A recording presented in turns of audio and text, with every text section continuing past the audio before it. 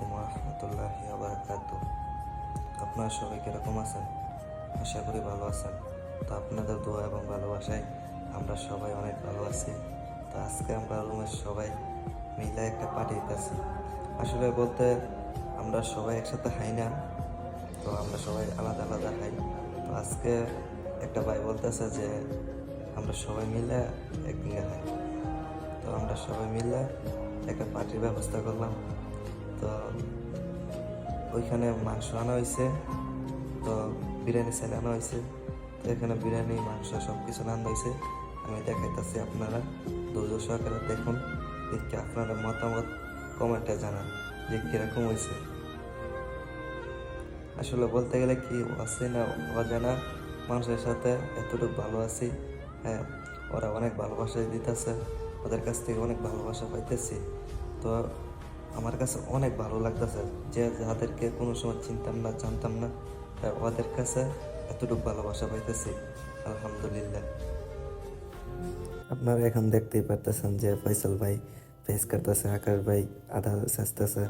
তো এখন মাংসটা দেখাইলাম, মাংসটা দেখে কিরকম লাগলো আপনাদের কাছে। সবগুলা পেজ আবার একসাথে নিতেছে ফয়সাল ভাই। আকাশ ভাই আধা চেঁচা শেষ করছে। তো আবার এখন গ্যাস লাগাইতেছে আকাশ ভাই। ইসব ভাই আবার আগুন দিছে চুলার মাঝে, আমি পাতিল দিলাম। তো কিরকম হইলো? তো ফয়সাল ভাই এসে ফাঁক করালিয়া, তো ফয়সাল ভাই আবার দিল তেল। তো আপনারা দেখতে থাকেন। এখন তেলটা গরম হয়েছে, তো ফেস দিতেছে, ফেস রসুন দিতেছে।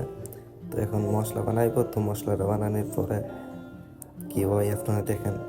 তো এখন দিল লবণ, দিল আদা ছিল, ওই আদাগুলো দিল, হলুদ দিতেছে, এখন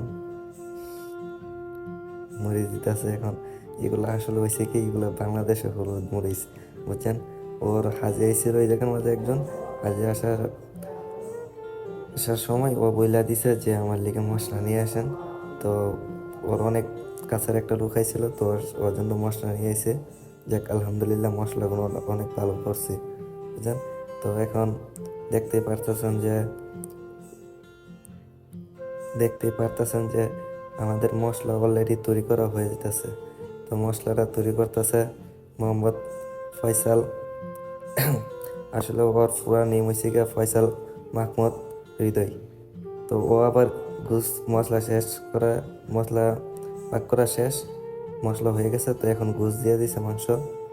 তো মাংস বলা ঠিক না, গুছ বলাই ভালো। আপনার সবাই গুছ তো বলবেন, মাংস বলাটা ঠিক না, সবাই গুছ তো বলবেন। তো আমি আবার শখ করে গিয়া লাড়া দেওয়ার লেগে গেছি। তো আমি যা দেখি যে না, মোটামুটি ভালো হয়েছে। তো আমি একবার শখ করে একটু লাড়া দিলাম। তো আপনার কাছ থেকে কিরকম লাগতেছে আপনার কাছে তো জানান। তো ফয়সাল ভাই আবার লাড়তেছে, তো বড় ভাই আবার পানি গরম করতেছে, যে পানিটা যদি গরম করে দেয় তাহলে গুস্তটা অনেক স্বাদ লাগবে, অনেক স্বাদ লাগবে। এই কারণে মাংসটা করে দিছে, পানিটা গরম করে দিছে। তো ফয়সাল ভাই আবার দেখতেছে যে কিরকম হয়েছে। তো ফয়সাল ভাই দেখতেছেন, আপনারা দেখতেছেন যে মাংসটা কিরকম হয়েছে, দেখতে পারতেছেন যে হাত ভাই ট্রাই করলো, ট্রাই করে কইলো যে মিয়া মিয়া হইলো। তো আমাদের মাংস পাক করা শেষ, এখন রুমে নিয়ে যাবো। তো রুমে নিলে দেখতে পারবেন যে আমরা রুমে নিয়ে যেতেছি। তো এখন মাংস পাক করা শেষ, বিরিয়ানি পাক করা শেষ। 2 পাতিলের মাঝে বিরিয়ানি পাক করছি আমরা 8 জন মানুষ। আমি আবার হাত দিয়ে দেখাইলাম যে ওইটা আমার ব্যাট।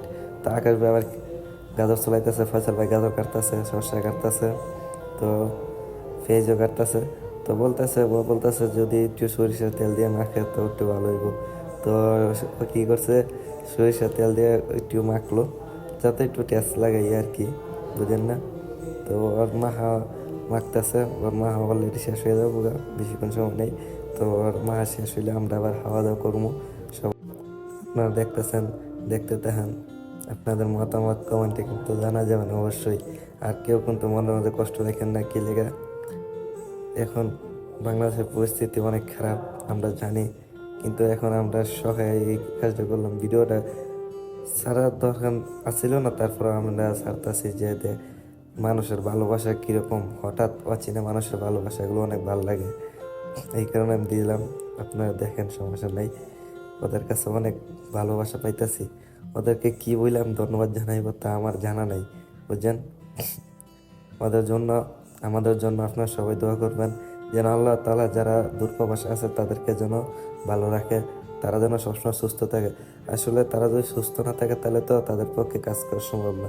রুমের মাঝে যারা একদিন বসে থাকে তাহলে তাদের অনেক টাকা কাইটা নেয়। তো আপনারা দেখেন ফয়সাল ভাই ইন্টিটা কিন্তু শিখেছে।